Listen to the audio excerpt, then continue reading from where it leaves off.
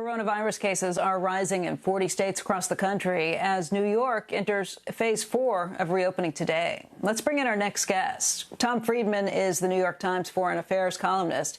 He's also the author of Thank You for Being Late and many other books, too. And, Tom, it's good to see you. It's been a while.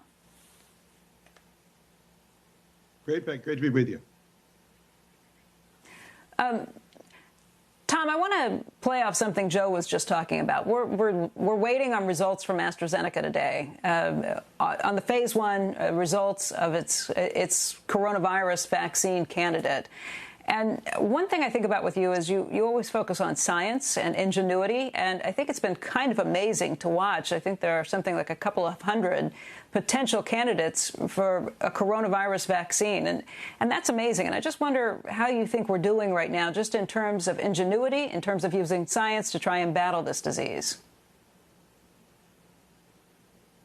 Well, if you factor out, the terrible losses from the virus to human lives, the number of people have been damaged, we wouldn't have ever designed this moment deliberately. But, Becky, I think we're on the cusp of an era of massive creative destruction, the likes of which we've never seen.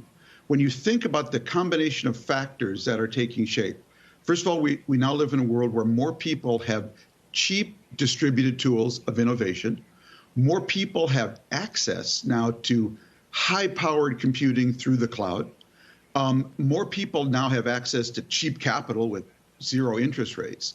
And there are more problems out there now ripe for innovation in terms of how we work, how we learn, how we play, how we stay healthy than ever before. You put all of those together, and just on the innovation capitalism front, I can see a moment of creative destruction coming, and it will be destroying some industries and businesses, but I think massively expanding others that I can get very excited about. And I think what you're seeing on the healthcare front just around the vaccines is an expression of that. We've got this kind of race between Moore's Law and COVID's Law, going on.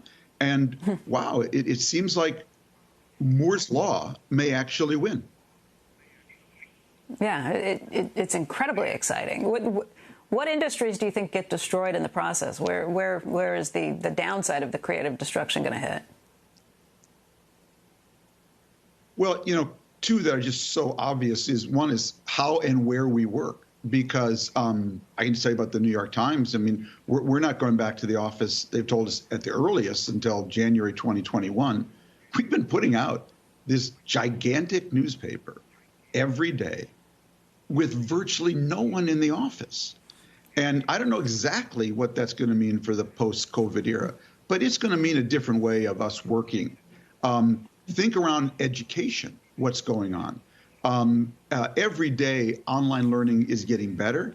I think we're going to see some totally different education models. My daughter, Orly's working on one with a group of other teachers where, people will get a teacher to come into your home with a small pod of students. I think those are the two ripest around education and where and how we work. Hey, Tom, Andrew's got a question, too. Hey, Tom. First of all, happy birthday, my friend. It's great to wish you a happy birthday on, I believe today's the day. So happy birthday to you. But the question I had actually was around how much money you think the government should be spending on testing, given that we had this news over the weekend that the Trump administration actually wanted to reduce the amount of money in this bill for testing. How much money you think you'd put in place and how expansive you'd put the testing program to be? And the reason I ask is because the other component of this, we were talking to Dr. Scott Gottlieb about it, and you have to hope that at some point a testing program, a massive one, would ultimately be mothballed, right? It'd be very hard to turn that testing program necessarily into something else unless you wanted to keep it around for other potential pandemics in the future. Clearly, if we had a really cheap distributed tests that everyone could administer before kids went to school or people got on an airplane, that would be a great bridge between here and the vaccine. But, to me, Andrew, the most obvious, therapeutic we can have is also the cheapest and the one that's totally proven. Joe's waiting for the Lancet study. I hope it comes out. I hope it's positive. But we don't need a Lancet study to tell us that wearing face masks and doing social distancing can have a huge impact on the spread of this virus. You know, Austria early on went to face masks everywhere, basically. And they dropped their infection rate from 90% to like 10%. It was a massive drop. So, you know, sometimes the easiest and cheapest is the most obvious. And that's where I think we're lacking. Everyone should be wearing a face mask in any public space, indoors. And that would have an immediate effect on us right now.